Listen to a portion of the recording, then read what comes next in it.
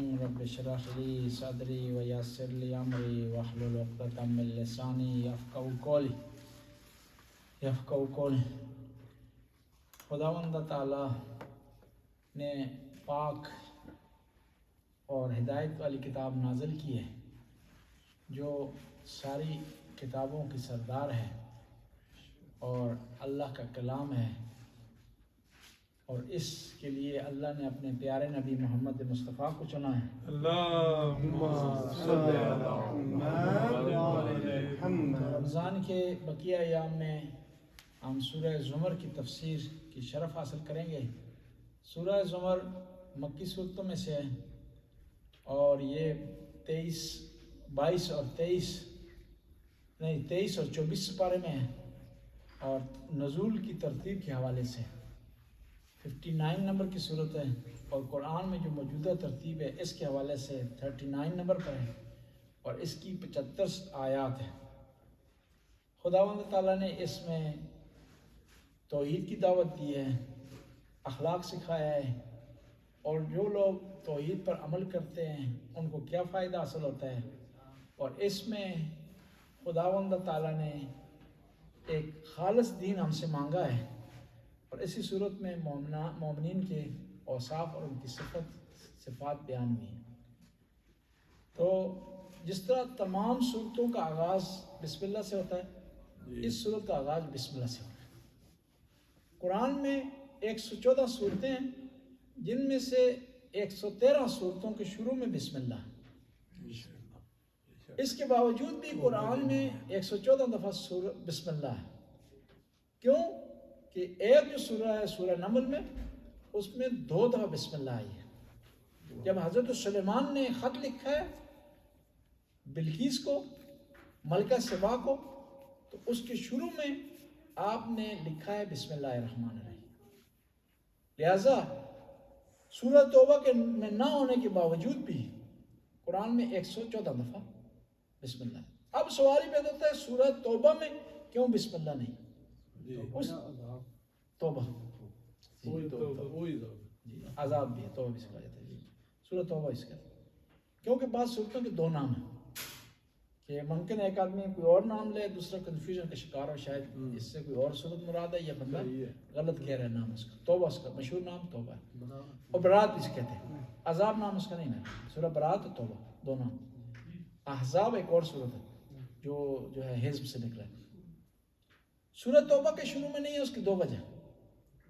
ایک اس کی وجہ یہ ہے کہ کیونکہ بسم اللہ میں رحمت کا تذکرہ ہو رہا ہے، مہربانی کا تذکرہ ہو رہا ہے، پیار کا تذکرہ ہو رہا ہے، بخشش کا تذکرہ ہو رہا ہے، اور توبہ میں کیا ہے؟ عذاب کا تذکرہ ہو رہا ہے۔ اس وجہ سے وہاں بسم اللہ نہیں۔ اور بعض لوگوں نے کہا اس کی ایک اور وجہ یہ ہے، بعض مفسرین نے، اگرچہ یہ ضعیف، وہ یہ ہے کہ سورہ انفال اور توبہ کو ایک صورت سمجھا جاتا ہے، بعض مفسرین کہتے ہیں، اور بسم اللہ بتانے کے لیے کہ یہ صورت علیحدہ ہے، یہ علیحدہ ہے، اس وجہ سے اس کے درمیان بسم اللہ نہیں ہے۔ بعض مفسرین کہتے ہیں کیونکہ یہ دونوں ایک صورت شمار ہوتی ہے۔ قرآن میں بہت ساری ایسی صورتیں ہیں کہ جن کے بارے میں مفسرین کا اختلاف ہے کہ ایک شمار ہوتی ہے۔ اسی وجہ سے وہ کہتے ہیں کہ یہ ان نماز میں ایک کا پڑھنا کافی نہیں ہے، اگر پڑھنا چاہیں گے تو ان دونوں کو پڑھیں گے تو تب جو ہے نماز کا معاملہ مکمل ہو جائے گا۔ اسی وجہ سے سورہ فلق اور ناس کو بعض فقہا کہتے ہیں کہ آپ اس کو نماز میں ایک نہیں پڑھ سکتے، اس کو دونوں کو پڑھیں گے تو تب معاملہ مکمل ہوگا، کیونکہ یہ دونوں ملا کر ایک بنتی ہے۔ اور اسی وجہ سے جو عبداللہ بن مسعود تھے، انہوں نے ایک قرآن لکھا تھا، اس میں ناس اور فلق کو انہوں نے لکھا تھا۔ کسی نے پوچھا کیوں؟ ان کو یہ شبہ ہو گیا تھا کہ وہ سمجھتے تھے کہ قرآن کی صورتیں نہیں ہیں، یہ اللہ کے رسول نے تویز لکھی تھی امام حسن حسین کے لیے، اس لیے انہیں معوذتین بھی کہا جاتا ہے، یعنی 2 تویز، فلق اور ناس۔ کیوں تویز کہا جاتا ہے؟ کیونکہ اس شروع میں دونوں کے اعوذ بھی آیا ہے، پناہ مانگنے کا لفظ استعمال ہے۔ تعویذ کو بھی ہم تعویذ نہیں کہتے، تعویذ گنڈا، کہ اس میں شیطان سے، جن سے، جادو سے پناہ مانگی جاتی ہے اور اس آدمی کو پروٹیکشن دی جاتی ہے، بشرطے کہ صحیح لکھا ہوا ہو، وہ سوالی نہ ہو، کیا نہ خطیب آج والا معاملہ نہ ہو، صلوات پڑھنا تھا۔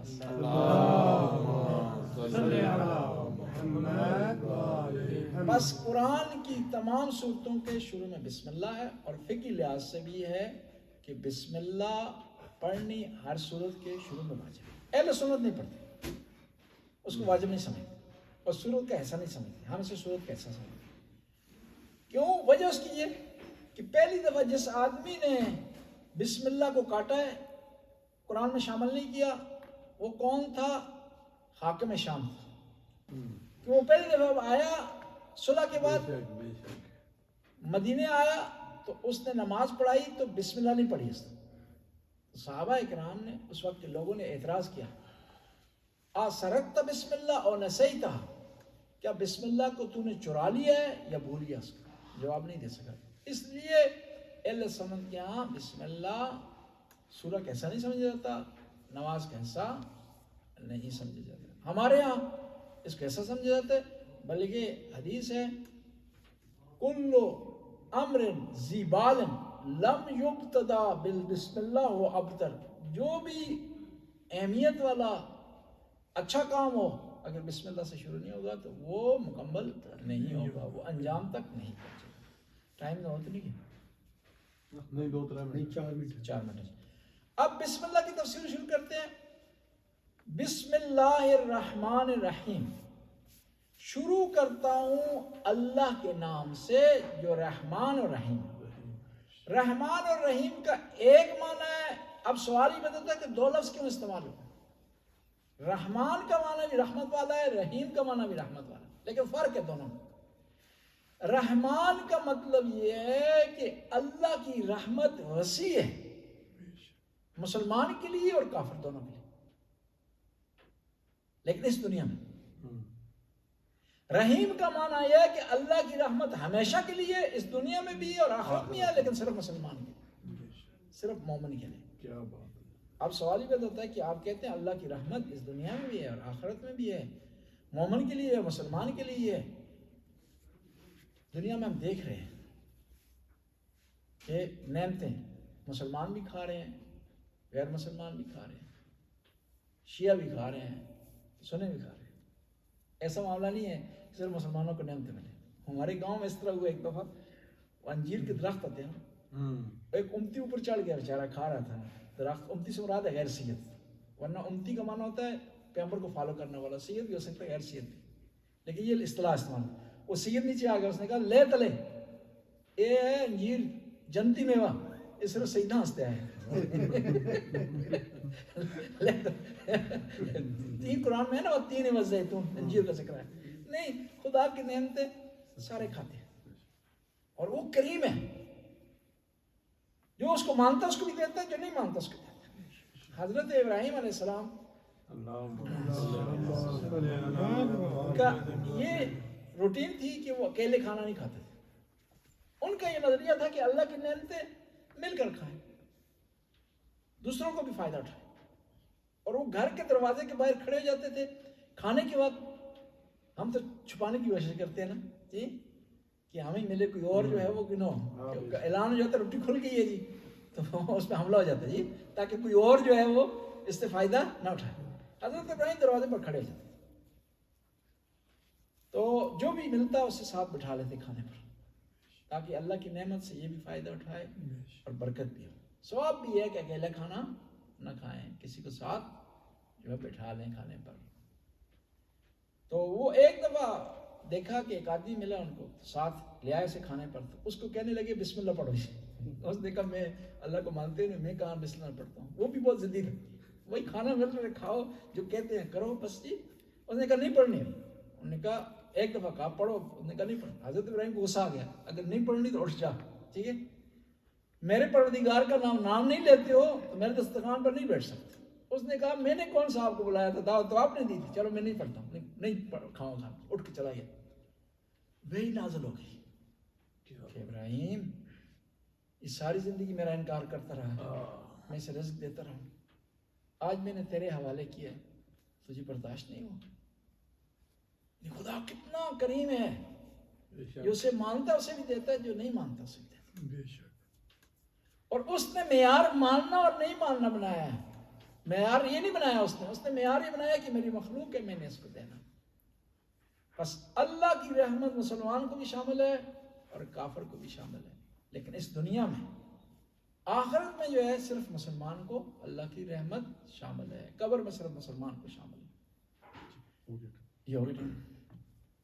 اللہم صلی علی محمد و آل محمد. یا علیم و یا علیم و یا غفور و یا رحیم. خدا اس قلیل سی عبادت کو قبول و منظور فرما، ہمارے گناہوں سے درگزر فرما، نیک کام کرنے کی توفیق عطا فرما، برائیوں سے محفوظ رہنے کی توفیق عطا فرما. یا اللہ آج کے جو بانی ہیں ان کی توفیقات میں اضافہ فرما، ان کے رزق و وسعت عطا فرما. عابد شاہ صاحب کو، یا اللہ غلام شاہ صاحب کے بچوں کو صحت کاملہ وائلہ عطا فرما، اس حاضری کو قبول و منظور فرما. اس کا ثواب غلام شاہ صاحب اور دوسرے بھائیوں کو پہنچا، ان قبروں کو منور فرما، ان کی درجات کو بلند فرما. یا اللہ ان کے برادر محترم زمان شاہ صاحب کو صحت کاملہ وائلہ عطا فرما. یا اللہ حاضرین کی توفیقات میں اضافہ فرما. ربنا آتنا فی الدنیا حسنہ وفی الآخرۃ حسنہ وقنا عذاب النار. اللہم صلی اللہ علیہ وسلم. اللهم صل على